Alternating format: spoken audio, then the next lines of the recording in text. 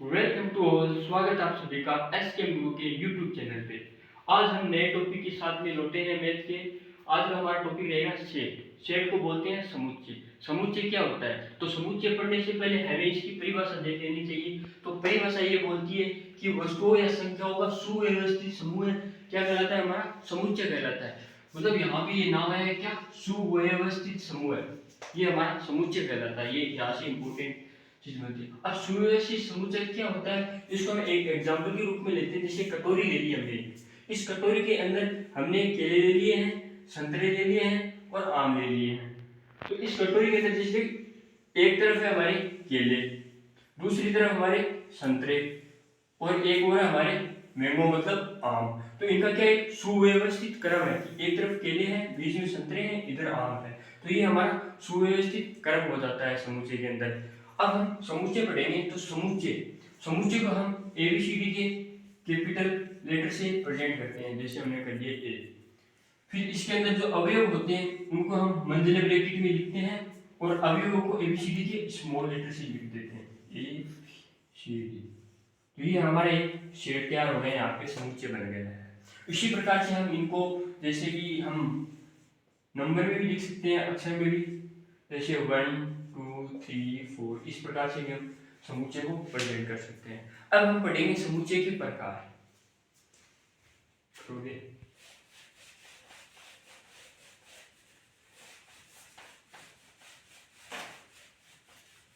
Position.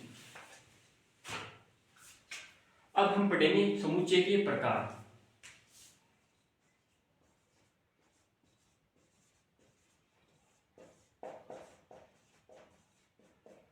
समुच्चय के प्रकार, टाइप्स ऑफ सेट। तो हमारे समुच्चय के प्रकार में पहला प्रकार हमारा आता है परिमित समुच्चय। परिमित समुच्चय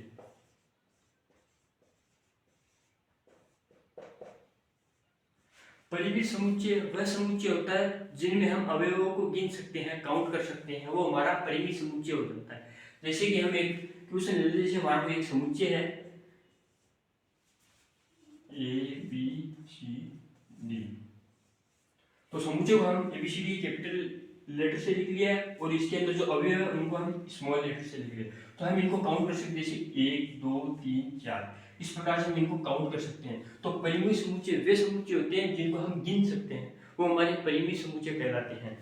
सेकंड नंबर पे आता है हमारे अपरिमित समुच्चय। अपरिमित समुच्चय ये इसका अपोजिट हो जाता है अपरिमित समुच्चय।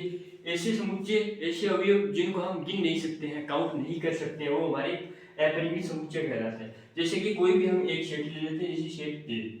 तो इसके अंदर जैसे कि हमारा कोई ये मान लो ये अक्ष का मान है, ये अक्ष का मान है, ये हमारा 10 से बड़ा है। तो इसके अंदर हम समुच्चय को काउंट नहीं कर सकते हैं, गिन नहीं सकते हैं। ऐसा बताया कि बस अक्ष का मान है ना वो 10 से बड़ा है। अब कितना बड़ा है, अवयव को गिन तो नहीं सकते ना हम, तो इसलिए ये हमारा अपरिमित समुच्चय कहलाता है। इसके बाद में नेक्स्ट पढ़ेंगे हम, हमारा समुच्चय है एकल समुच्चय। एकल समुच्चय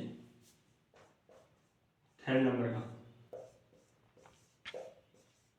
एकल समुच्चय। एकल समुच्चय वह समुच्चय होता है जिसके अंदर अवयवों की संख्या ओनली टू ओनली 1 होती है, अर्थात इसके नाम में ही परिभाषा मिल रही है इसकी, और इसका उदाहरण भी इसके नाम में ही मिल रहा है। एकल समुच्चय वह समुच्चय होता है जिसमें अवयवों की संख्या 1 होती है। जैसे कि समुच्चय ले रहे हैं हम 1, तो समुच्चय में जैसे कि 5 दे दिया, 5 का मान है वो छोटा है x से और x का मान बड़ा है 7 से। तो ये हमारा एकल समुच्चय हो गया, मतलब 5 से तो बड़ा है और 7 से छोटा है, तो मतलब वो मान क्या हो गया हमारा 6। तो ये हमारा क्या हो गया एकल समुच्चय। लेकिन यहाँ पे ध्यान रखना चाहिए, हमारा x है ना, ये हमारा क्या है, नेचुरल नंबर है, मतलब प्राकृत संख्या है। ये ध्यान में रखना है, यहाँ पे x हमारी प्राकृत संख्या है, नेचुरल नंबर है। अब इसके बाद में हमारा सेकंड आता है शून्य समुच्चय। शून्य समुच्चय शून्य समुच्चय, इसकी भी सीधी सी डेफिनेशन है, इसके नाम ही है जिनमें समुच्चयों की मतलब अवयवों की संख्या क्या हो, शून्य हो, क्या कहलाता है, शून्य समुच्चय कहलाता है। जैसे एक समुच्चय ले रहे हैं हम एक, मतलब a equal to X, X की वैल्यू है वो 4 से बड़ी है और 5 से छोटी है, बट ध्यान रखना यहाँ पे ये एक्स है ना, ये हमारी क्या है, नेचुरल नंबर है, क्या है ये, नेचुरल नंबर। तो इनके बीच में हमारे अवयव नहीं मिलते हैं, तो इसलिए यहाँ पे अवयव की संख्या क्या है, शून्य है। और ध्यान में रखना जहाँ पे अवयव शून्य होते हैं, मतलब अवयव होते ही नहीं है समुच्चय के अंदर, तो उसको हम 5 से डिनोट करते हैं, ये भी इंपॉर्टेंट है, यहाँ पे ध्यान रखना। इसके बाद में हमारा अगला समुच्चय आता है शून्य समुच्चय।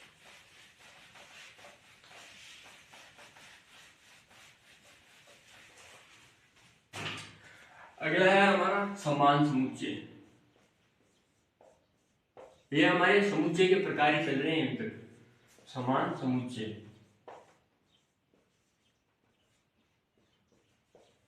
समान समुच्चय वे समुच्चय होते हैं जिनमें समुच्चय व अवयवों की संख्या दोनों क्या हो, समान हो। जैसे दो समुच्चय ले रहे हैं हम यहाँ पे, पहला समुच्चय ले रहे हैं समुच्चय a इक्वल टू 1 2 3, सेकेंड वाला ले रहे हैं समुच्चय b क्या 2 1 3।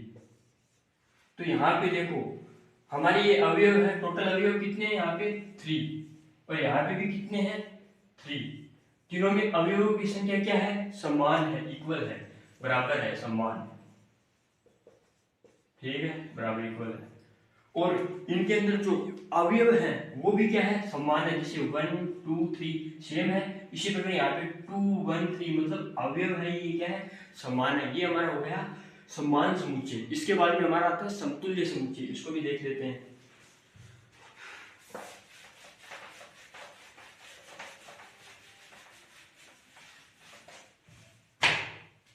समतुल्य समुच्चय,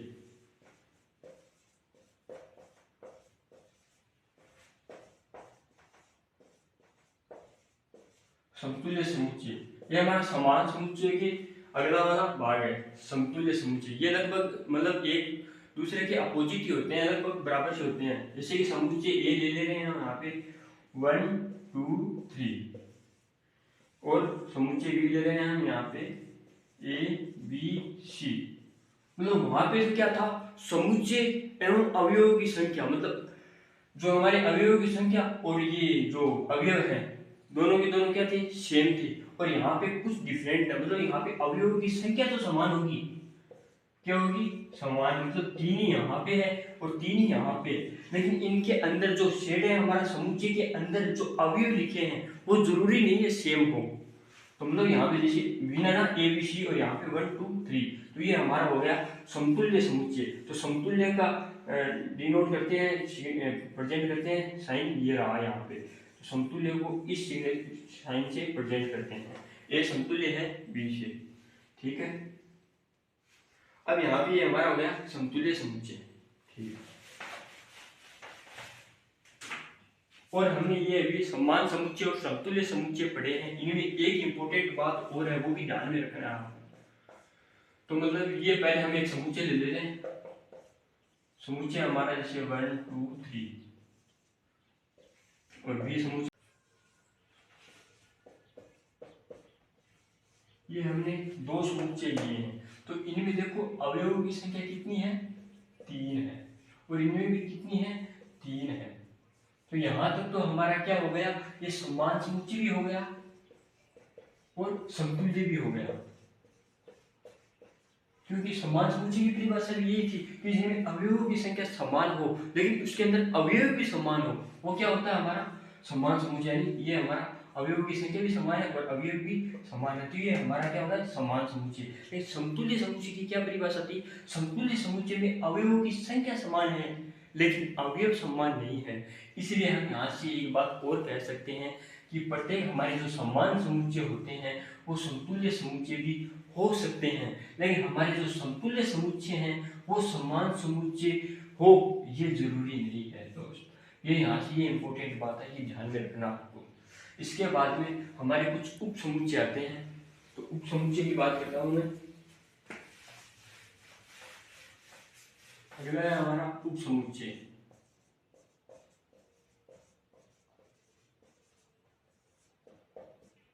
उपसमुच्चय क्या होता है? कोई भी हमारे पास एक समुच्चय ए है तो ए के वे अवयव जो बी में प्रेजेंट हो वो हमारा क्या कहलाता है? उपसमुच्चय।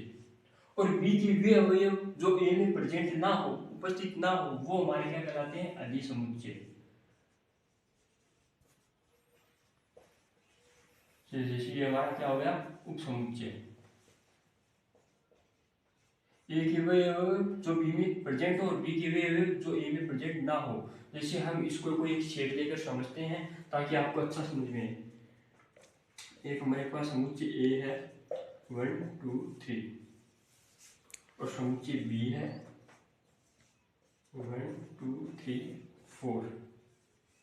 तो यहाँ पे देखो ए के वे अवयव, मतलब जो अवयवों की संख्या ए के वे अवयव जो बी में प्रेजेंट है ना, यहाँ पे देखो 1 2 3। तो ये हमारा क्या हो गया? ए का उपसमुच्चय। और बी के वे अवयव जो ए में प्रेजेंट ना हो वो हमारा क्या हो गया? अधिसमुच्चय। अब यहाँ पे देखो वास्तविक उपसमुच्चय की बात करते हैं। वास्तविक उपसमुच्चय, वास्तविक बोल दो या फिर अतिरिक्त बोल दो। उपसमुच्चयों की संख्या ज्ञात करने का फॉर्मूला। उपसमुच्चयों की संख्या निकालने का फॉर्मूला देखते हैं यहाँ पे। तो हमारे पास फॉर्मूला प्राप्त होता है 2 की पावर n-1। ये हमारा वास्तविक या अतिरिक्त उपसमुच्चयों की संख्या निकालने का फॉर्मूला है। और यहीं पे हम बात करें कुल उपसमुच्चयों की संख्या निकालने का फॉर्मूला।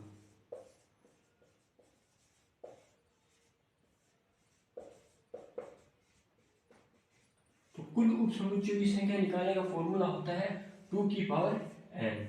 तो वास्तविक या अतिरिक्त दे दे तो 2 की पावर n में ये कम हो जाएगा और कुल उपसमुच्चय दे दे तब 2 की पावर n ही होगा सिर्फ। अब यहाँ से हम एक क्वेश्चन सोल्व करते हैं। यहाँ पे ये n है ना, ये n ये अवयवों की संख्या को प्रेजेंट करता है।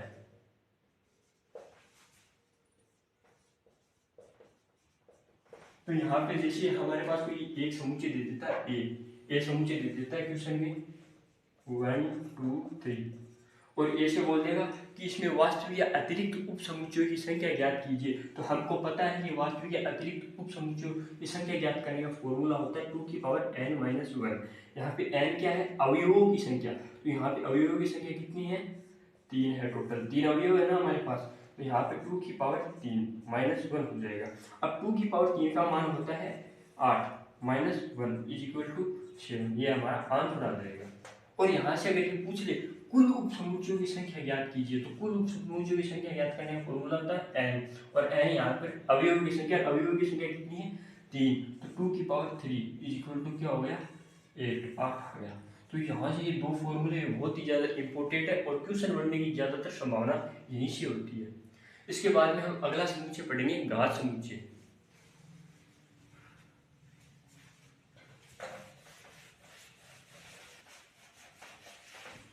अगला आता है हमारा घात समुच्चय।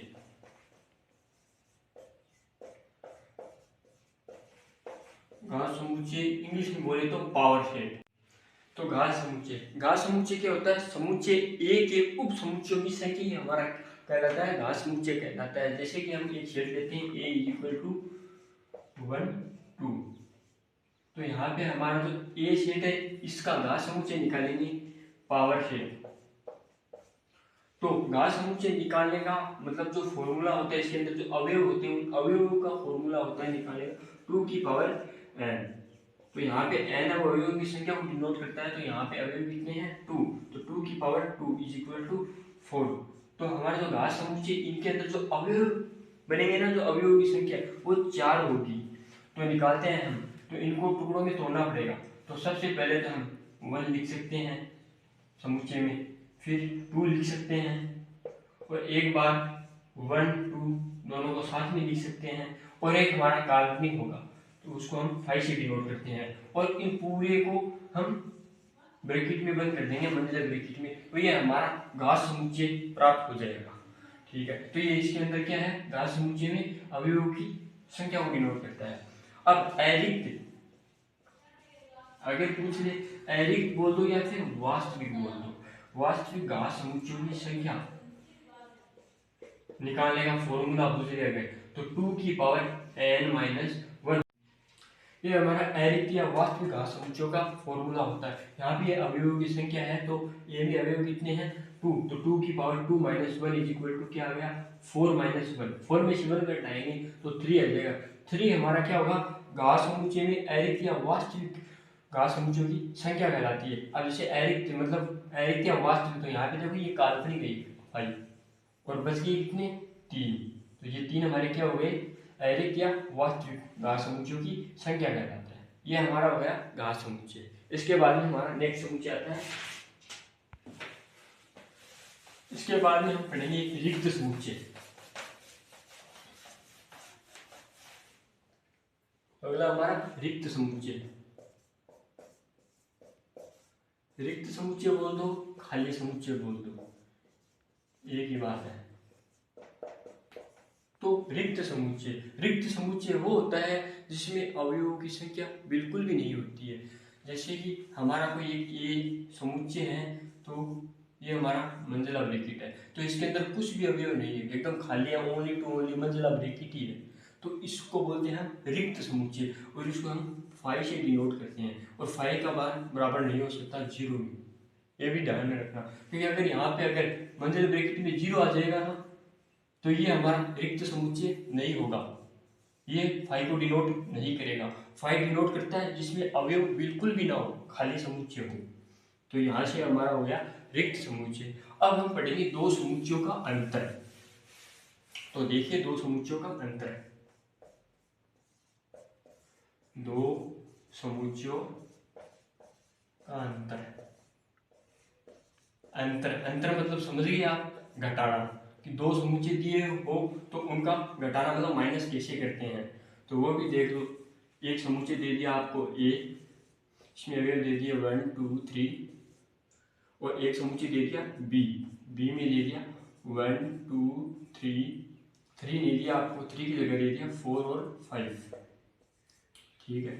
अब ये दो समुच्चय दे दिए आपको, और अब बोल रहे हैं कि दो समुच्चयों का अंतर, तो दो समुच्चयों को कैसे घटाते हैं एक दूसरे में से, तो यहाँ पे देखो ए में से हम बी को घटाएंगे, तो ए में से बी को घटाएंगे, तो सबसे पहले हम समुच्चय ए लिखते हैं, तो समुच्चय ए दे रखा है 1 2 3, ए में से बी को घटाएंगे तो बी समुच्चय दे रखा है हमको 1 2 4 5, 1 2 4 5, ये हमारा सेकंड समुच्चय आ गया। तो हम ए में से बी को घटाएंगे, तो यहाँ पे देखो 1 2 1 2, ये सेम आ रहा है, तो इनको घटाएंगे तो ये तो 0 हो जाएगा, फिर बचेगा 2 और 4 और 5, तो यहाँ पे रोल है हमारा सिर्फ 3 का, तो यहाँ ए में से बी को घटाएंगे तो ब्रैकेट में आएगा ओनली टू ओनली 3। अब बोल रहे 3 कैसे आया, 4 और 5 कैसे नहीं आया, तो वो बता देता हूँ मैं। अगर हम ए में से बी को घटाते हैं तो ए की वे अवयव जो बी में प्रेजेंट ना हो वो लिख देते हैं, वही हमारा आंसर आ जाएगा। अब अगर हम इसी का उल्टा कर लेते हैं, अगर बी में से ए को घटाते हैं, अगर बी में से ए को घटाएंगे तो बी वाला लिख लो पहले, तो 1 2 4 5 माइनस, अब ए वाला लिख लेते हैं हम 1 2 3, तो हम बी में से ए को घटाएंगे तो वही 1 2 1 2 सेम, तो ये तो कर जाएगा। अब यहाँ पे बी में से ए को घटाएंगे तो हमारा आंसर आ जाएगा मंजिला ब्रैकेट में 4 और 5, बचा तो 3 भी है लेकिन 3 नहीं आएगा। अब क्यों नहीं आएगा, क्योंकि बी में से हम ए को घटा रहे हैं, बी में से ए को घटाते हैं तो बी की वे अवयव जो ए में प्रेजेंट ना हो वो सेम टू सेम लिख देते हैं, वही हमारा आंसर आ जाता है। इसके बाद में हम पढ़ेंगे दो समुच्चयों का सममित अंतर, ये भी इसी से रिलेटेड है, इतना काम तो करना ही है हमको। अब यहाँ पे देखिए दो समुच्चयों का सममित अंतर। अब यहाँ पे ये सममित नाम नया जुड़ा है तो इसी में मेकअप होगा।